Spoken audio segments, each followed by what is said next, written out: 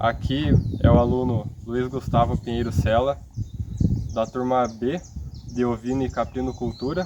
Meu nome é William Urbanovic, sou da turma A de Ovino e Caprino, do professor Luiz Gonzaga, da Universidade de Unicentro. A gente veio aqui na Cabanha Klein, propriedade Cabanha Klein, entrevistar o produtor rural William. A gente veio aqui para apresentar um pouco das instalações dos animais. Sou o William Klaivachak, jornalista e produtor rural.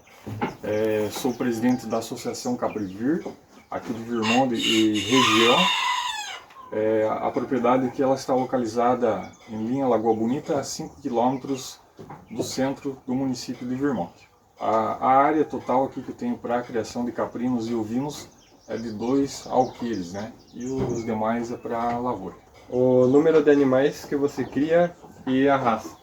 Bom, até esses dias eu estava trabalhando com 80 matrizes e 2 reprodutores, sendo um reprodutor para cada 50 matrizes, essa é a média, das raças Santa Inês as matrizes e os reprodutores Dorper. Alguns dos produtores da nossa região trabalham com Ile-de-France e Texel também. Mas como nós precisamos de um rendimento de carcaça para carne, a gente usa o cruzamento entre o reprodutor Dorper e a fêmea Santa Inês. Algumas propriedades também trabalham mais com os animais puros, né? Então trabalhando apenas com a linhagem Dorper, seja as fêmeas e os reprodutores. Hoje, finalzinho aqui de janeiro, então eu deixei apenas alguns animais porque estou trocando o rebanho. Em vez da produção de carne, eu vou estar trabalhando com a produção de genética, vendendo reprodutores e vendendo fêmeas, com registro, né, os animais PO. O que isso vai agregar? O PO sem registro, R$ 1.500, com registro a partir de R$ 3.000, R$ 3.500. Então eu vou ter menos espaço, vai necessitar menos espaço, menos animais, menos alimentação e vai agregar mais valor. De caprinos, a nossa propriedade e as demais elas trabalham com a raça Boer.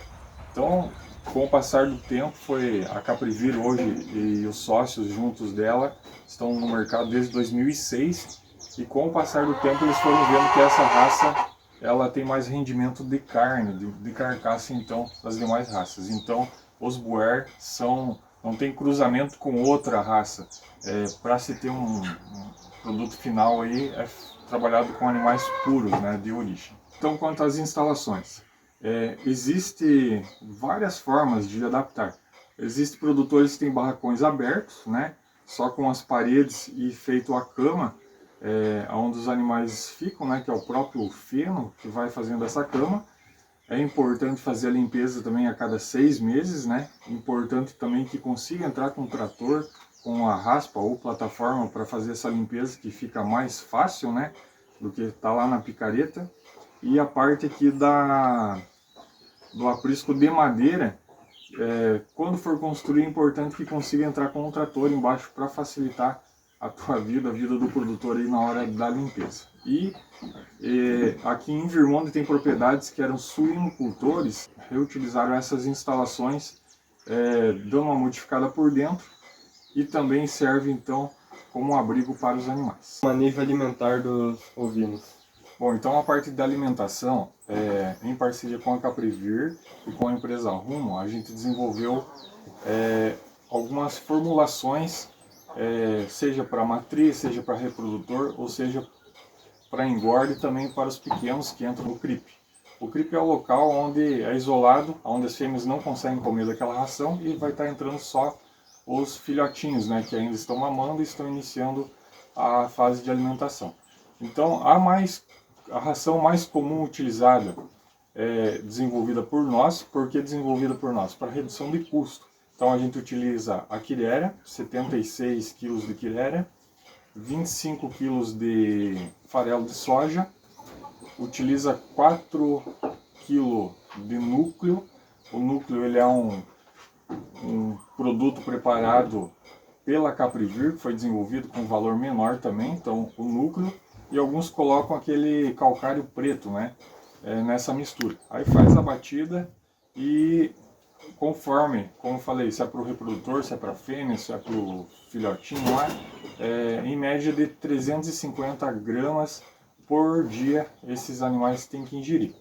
As matrizes a gente solta a pasto, então é claro que dependendo do período, se for período de inverno, elas estão fechadas no tratamento com a ração preparada por nós e com a silagem de milho.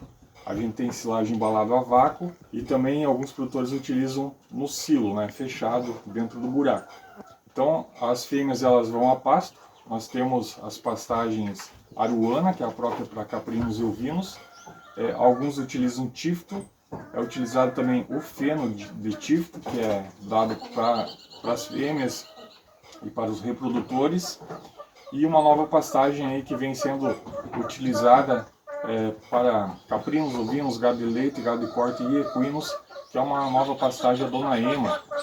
Eu já tenho aqui na minha propriedade, pioneiro já há 4 anos, uma pastagem que tem de 17 a 24% de proteína e com 76% de digestibilidade. Então essa é a parte nutricional dos nossos animais.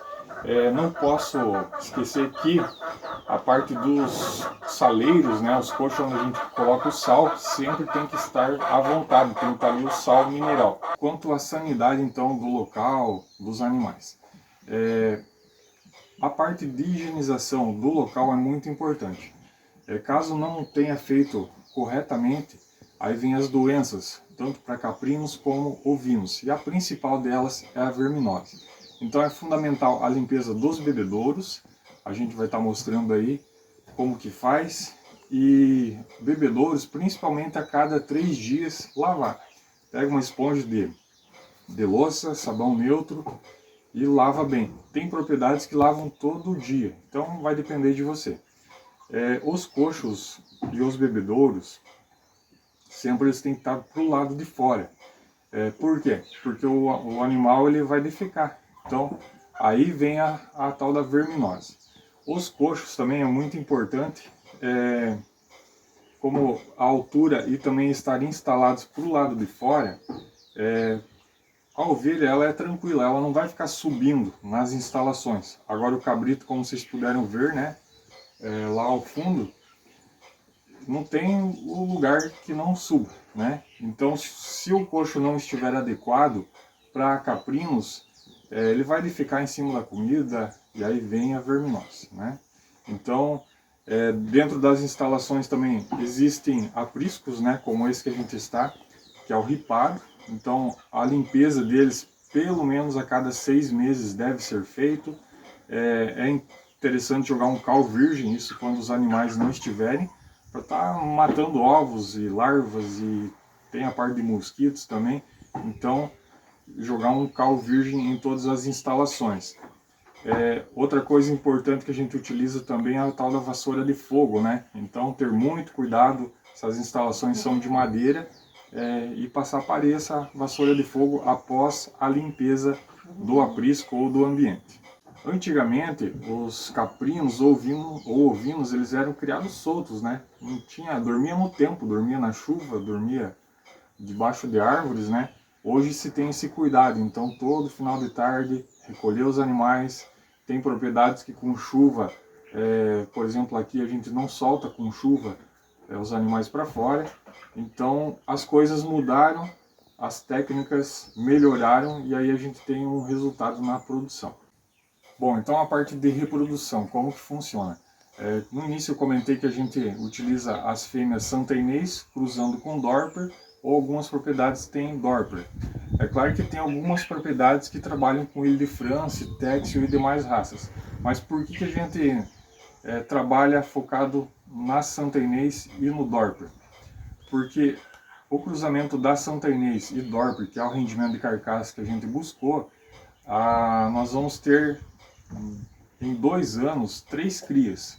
Então a gente diz que os animais não lanados, né, que é o caso da Santa Inês cruzando com o Dorper, nós vamos conseguir tirar 3 crias em 2 anos. A gestação de seja caprinos e ovinos é de 5 meses, e as lanadas, que são a Ile de France, Texel, entre outras, a princípio elas estão tendo apenas uma cria por ano. Então, a gente utilizando essas outras raças, a gente vai ter um avanço aí. E não sei se eu comentei ou não, geralmente para quem está trabalhando sempre vai ter um reprodutor para 50 fêmeas. Esse seria o padrão para a reprodução. É claro que existem as épocas de estação de monta, né, que a gente trabalha. Ao passar do tempo foi se apropriando e criando regras. Por exemplo, o reprodutor ele nunca vai estar ao meio das fêmeas quando não é época de estação de monta. Geralmente você vai montar um aprisco para o reprodutor bem longe, porque as fêmeas não sintam o cheiro e nem o berro do bicho, né? E só vai trazer ele na estação de monta. E falando em produção, então, o foco da nossa propriedade até então era caprinos ou ovinos para cortes, para carne, né? Esse rendimento de carcaça que a gente falou no início, no cruzamento das raças, né? E é uma cadeia produtiva assim que falta caprinos, falta ovinos, mesmo tendo bastante produtores. É um mercado que está em alta por ser uma carne diferenciada, né? Uma carne nobre.